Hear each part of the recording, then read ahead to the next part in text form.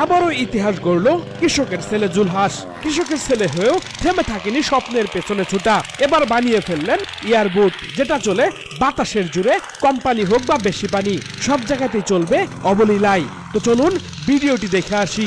কৃষকের ছেলে জুলহাসের স্বপ্নটিকে সবার মাঝে বিলিয়ে দিন। সবাই শেয়ার করে আমাদের সাথেই থাকুন। বন্ধুরা, আমি এখন রয়েছি মানিকগঞ্জের সেই জাফরগঞ্জে। আপনারা কিন্তু এর আগে দেখেছিলেন যে আমি বিগত সময়ে অনেকগুলো ভিডিও দিয়েছিলাম যে জুলহাসের সেই কৃষকের ছেলে জুলহাস যে বিমানটি বানিয়েছিল সেই বিমানের ভিডিওটি দিয়েছিলাম, এবং আজকে আবার সেই জুলহাসেরই নতুন আরেকটি উদ্ভাবন, সেই এয়ারবোট, সেই এয়ারবোটের ভিডিওটি আজকে আপনাদেরকে দিব। আশা করি আপনাদের অনেক ভালো লাগবে জুলহাসের সেই এয়ারবোটের বিমানটি, কারণ এই এয়ারবোটটি যে কোনো অবস্থাতেই চলতে পারে, শুকনা হোক বা কাদাযুক্ত হোক বা কম পানি হোক বেশি পানি হোক, সব পরিস্থিতিতে কিন্তু এটা চলতে পারে। তবে তার ইচ্ছা হলো যে আসলে এটা যদি আর একটু ব্যাপক আকারে যদি তৈরি করা যায় তাহলে হয়তো বা আরও ভালো কিছু করতে পারবে। তার পরীক্ষামূলক যেহেতু, আশা করি তার আরও উন্নতি করবে এটা।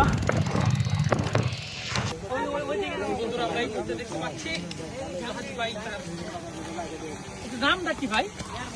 এয়ারবোট পানিতে নামাবে, অল্প কিছুক্ষণের মধ্যেই আমরা দেখতে পারবো তার এয়ারবোট চালানো। এই মুহূর্তে দেখতে পাচ্ছি পানিতে নামানোর জন্য অলরেডি প্রস্তুত করা হচ্ছে। পানিতে নামিয়ে ফেলা হলো এয়ারবোটকে।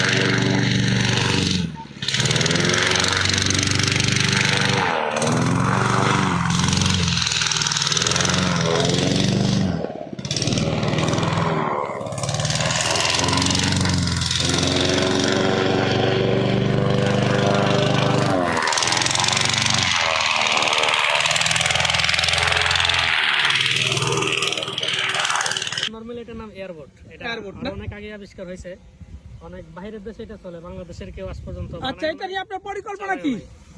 এটা অনেক সুন্দর কাজের একটা জিনিস, প্লাস এটা ঝুঁকিপূর্ণ সময়ও কাজে লাগে, রেস্কিউ করার সময় কাজে লাগে।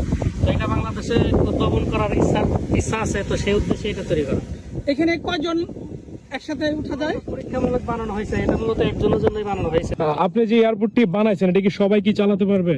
হ্যাঁ, এটা যে কেউ চালাইতে পারবো, যারা মোটরসাইকেল চালাইতে পারে তারাই পারবো। তো তারপরেও হালকা একটু ট্রেনিং দরকার, সেটার জন্য কাউকে শিখাই দিতে হবে না, নিজে নিজে চালাইতেই হবে। এটা কি আলাদা কোনো ব্রেক সিস্টেম বা কিছু আছে নাকি? ব্রেক নাই, একটা অ্যাক্সেলারেটর আছে আর একটা স্টিয়ারিং আছে।